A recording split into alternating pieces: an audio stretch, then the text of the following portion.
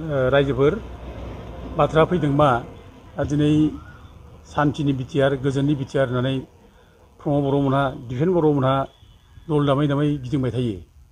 दा बेयावनो प्रश्न जायो, दा दिनै सान्थिनि बिटिआरब्ला गोजोननि बिटिआरब्ला दिनै मानो साधारन इलेक्सनखौ लानानै मानो अन्थाइ खुलायनाय बुलायनाय मानो जाखो?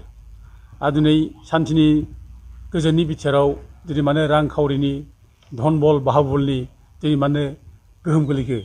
माने थाखा फैसाजों मानसिखौ बायनाय मानसिखौ माने फुस्लायनाय मानो फैखो? मानो सिकित्सा खालामनाय जाखो? अरुण'दय स्किम मोनोब्ला इउपिपिएलआव भट नांगोन आरो बिपिएफनि मानसिनो अरुण'दय स्किम होनाय जानाय नङा। बेफोर जिनिसा मानो फैखो? सान्थियावथ' बिदि फैनो मोनामोन। सान्थियावथ' बयबो समान आरो ओरैबाबो गोरिबा गोरिबखा। गोरिबफोरनि गेजेराव सोरबा बिपिएफ सोरबा इउपिपिएल होननानै रावबो जन्म जाया।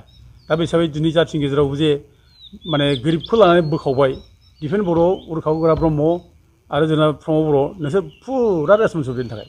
जाथिखौ दिनै मानो इलेक्सनाव नोंसोर बोखावखो?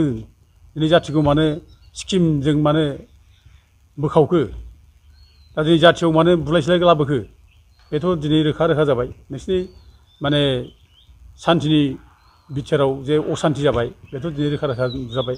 आरो नोंसिनि सान्थिनि बिटिआराव दिनै मानो गोबां मानसि मानो गावथारनाय जाखो, मानो बुथारनाय जाखो? बेखौनो जोंसारखौ माने मख'नायनिफ्राय जोंसार जन कुमार ब्रह्म बेनिफ्राय आराम्भ खालामनानै हेमन्त नार्जारिमोन गावथारजानाय, ओजों जेफिरुस नार्जारिमोन गावथारजानाय, ओजों थाख्लाय दैयाव लानानै गावथारजानाय, बे जिनिसा मानो जाखो? मानो गावथारनाय जाखो? सान्थिनि बिटिआराव मानो गावथारनाय फैखो? बेफोर मा प्रमान जादोंमोनलाय? अब्ला बेनोथ' प्रमान जादों बे बिटिआराव खुनु सान्थि गैया होननाय। आरो लोगोसे नोङो गोबां न' बां सावना ओंखारनाय जाबाय, मानसि बुख्रुब बुख्राब खालामनाय जाबाय, गोबां मानसिखौ माने गृह हारा खालामनानै माने जि जोम सावनाय, दो दोख्ला बुख्रुबनाय बे रोखोम जाबाय। दा बिदिया मानो जानो मोनखो? दिनै गावनि सरकारानो दिनै माबोरैहाय गावनि असे फिसाफोरखौ न' बां सावनानै बोरै माने माबानो हाखो? माने खैदां खैफोदाव मानो भुगिनो हाखो? दा बेफोरनो दा दिनै नुबाय जे माने बिटिआराव जे सान्थि फैमाराखै, बे दिनै प्रमान जाबाय।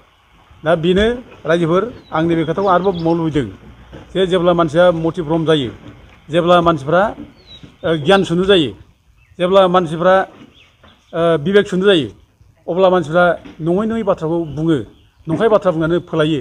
बे बाथ्रा दिनै आं दहायबो बुंदों। आरो बेनो दिनै बे बिटिआराव दिनै गियान शून्य मानसिफ्रा दिनै जोंनाव संगठनखौ दैदेनगासिनो दं, बिबेक शून्य मानसिफ्रा दिनै जोंनि संगठनखौ दैदेनगासिनो दं। दा जाफ्ले दिनै बिटिआरखौ मोजां मोजां होननानै बुंनानै दिनै रायजोआनो थगायदों। दाना बिटिआरा जे गाज्रि, दा बेखौ जेब्ला गाज्रि होनो बिसोर रिप्लाय होनो जेबो गैया। दा नै दिपेन बर' बादि एफा गिदिर संगठननि प्रेसिडेन्टआ दिनै बे बुंनो गोनां जाबाय जे गामि दानख'नायनि सुक्तिखौ मानो खालामनानै लाबोखो होनब्ला गामि दानख'नायनि सुक्तिखौ लेरफ्लादोंसो होननो गोनां जाबाय। दा बेफोर माने बे गियान शून्य जानाय, बिबेक शून्य जानाय नेतानि बे माने आखल बियो। आरो लोगोसे बुंनाय जाबाय जे दिनै बिटिसिनिफ्राय 16था डिपार्टमेन्टखौ मानो डिसिनो हरनाय जाखो? नोंसोरो मानो बेबादि सुक्ति खालामनानै लाबोखो? मोनखानाय बिटिसिनि गोहोखौ डिसिनो हरनाय बेबायदि सुक्ति 4.6आव दङ, बिटिआरनि सुक्तिनि 4.6आव दङ, डिसिनि पावार हरनाय बिटिसिनिफ्राय। दा बिदि सुक्ति मानो लिरनानै लाबोनो फैगोन होनब्ला बे बुंना होनाय जाबाय जे माने डिसिखौ जोंसो माने बाहायदों, डिसिखौ बिटिएसआ बाहायगासिनो दङ, डिसिनो पावार हराखै। दा बेफोरबायदि मिसा खोथा बुंनाय, नंखाय खोथा बुंनाय बे गियान शून्य नेताफोरनि बे माने आखु आरोखि। दा दिनै बेफोर आखुजों जुदि जोंनि जाथिया दैदेनजानांगौब्ला जाथिया खुनि मुक्ति गैया आरो बे जाथिया गब्रायगोन आरो बे जाथिया खैफोद जागोन। बेनिखायनो रायजो राजाफ्रा दिनै बेफोर नेताखौ जों दिनै बुजिनो रोंनांसिगौ, बुजिनानै लानांसिगौ आरो जों बेफोर नेताखौ जों समाजनिफ्राय जों दिनै जानगारनांसिगौ। इउपिपिएलआ दिनै बोरै बाहायखो, बिसोरनि दारैसो बोरै पार्टि सालायनो नागिरखो, बे जिनिसा गिदिर प्रश्न जायो। आरो लोगोसे दंबायो माखासे मानसिफोर, दा बिसोर गोबां माने माबाजों लानानै भिडिअ फुटेजखौ लानानै केस होनाय जादों। दा बेखायनो जे दिनै जे बे बुग्राफोरनि नामा जे ओंखारबाय, बे बुग्राफोरनि नाम ओंखारनायाव रोखा रोखा जाबाय बे जायगायाव सोर सोर दंमोन आरो अबे अर्गानाइजेसन मानसिफोर दंमोन बेखौ नुजानाय जाबाय। दा बेखायनो थगायनो नागिरब्लाबो थगायनो हानाय नङा। सैथोआ अरायबो सैथोखा, सैथोआ अरायबो माने सिन थाखायो, बे सैथोखौ दोनखोमानो हाया। बेखायनो जोङो सैथोजों बयबो सोलिनांगौ आरो सैथोआ गोमायोब्लानो जोङो माने नङै नङै खोथा जोङो बुङो, नङै नङै माने माबानि जोङो आश्रय लायो, गाज्रि खामानि मावनायनि आश्रय लायो। जों बेखायनो जों सैथोजों सोलिनांगौ आरो सैथोजों सोलिनो रोङिखायनो जों बिबेक शून्य जायो जोङो गियान शून्य जायो आरो गियान शून्य जायोब्ला बिबेक शून्य जाब्ला जों गाज्रि खामानि मावो दा दिनैनि बे जानि खामानि मावनाय बे बिबेक शून्य जाबाय गियान शून्य जाबाय बे रायजो राजाफ्रा जे इउ पि पि एल खौ गाज्रि मोनजोबथारबाय इउ पि पि एल फोथायला एबसुनि फारसेबो गाज्रि मोननाय फैबाय बे जिनिसा माने नुजाबाय बेखायनो दिनै एबसुआ इउ पि पि एल नेताफ्रा दिनै गियान शून्य बिबेक शून्य जाबाय जों बेखौ दिनै रोखा रोखा बुंनो हायो जे नै दाखालि जानाखि लैहोर लैहोर गवारिखौ बि पि एफ पार्टि अफिसनि मोखाङाव जानाखि बुनाय बे बुग्राफोरनि गासैबो माने रेकर्डफोरखौ दिनै रायजोफ्रा नुखाजोब्बाय बिसोरनि भिडिअ फुटेज नुजोबनाय जाबाय बिसोरनि माने केमेरा बे जे नुजाबाय केमेरायाव बिसोरनि सावगारिफ्रा गासिबो नुजाजोब्बाय दा बिसोरनि सावगारिखौ लानानै आरो भिडिअ फुटेज लानानै ओमफ्राय CCTV केमेरानि जानाखि रेकर्ड बे रेकर्डखौ लानानै दिनै जाय बुजाग्रा लैहोर लैहोर गयारि अर्गानिक सेक्रेटारि इउथ बि पि एफ माने उइंनि दा लैहोर लैहोर गयारिया क'क्राझार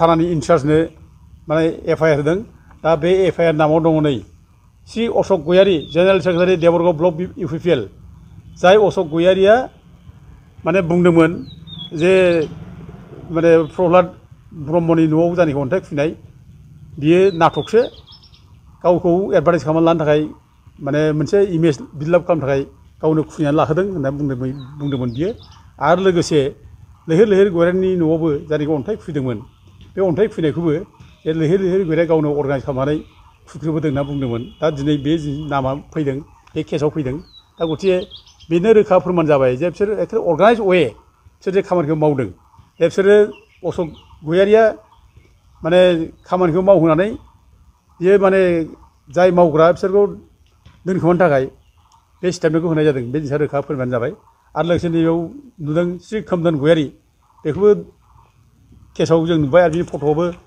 दंजोबो खोमदोन गयारि गासिबो बिनि बिफा बिमानि नाम अबे जायगानि बिनि गासिबो रेकर्ड गासिबो बिनि माबाफ्रानो एड्रेसानो गासिबो दंजोबो आरो सोमदोन दैमारि बेबो दङ आरो श्री दुलाराय बसुमतारी बेखौ नुबाय आरो श्री दबेन बसुमतारी बक' NLB केडार बिनि नामखौ जों नुबाय बे दबेन बसुमतारी बक'आ जाहैबाय बे सारेन्डार बा NLB अलरेडि सरकारजों बायजानानै बे दंखायो दा बेनि थाखायनो बियो सरकारनि खामानि मावनो थाखाय बे खोब नांथाबनानै दं जार फले दिनै बे माने गावनि आसल जायनाखि स्पिरिट जाथि सिबिनायनि स्पिरिट बेखौ बावनानै दिनै गावनि बिदा फंबायखौ दिनै हाथियार बादि बे बाहायजानाय सरकारजों दिनै बुख्रुबनो फैबाय बे दा बिनि नामा दङ दा हयथ' बेफोरबायदि मानसिया भबिष्यतआव खुनु गोजों मोनसे माबाखौ नुहुरा बिसोरनि भबिष्यतआ खोमसि ओरैनो बिसोर केस जानानै दंखायो दा बिसोर जुदि आरो बिदि केसाव नांथाबबावोब्ला हयथ' सानसे समाव बेफोरनि माने केसनि थाखाय बे जे बिराद खैफोदाव फैगोन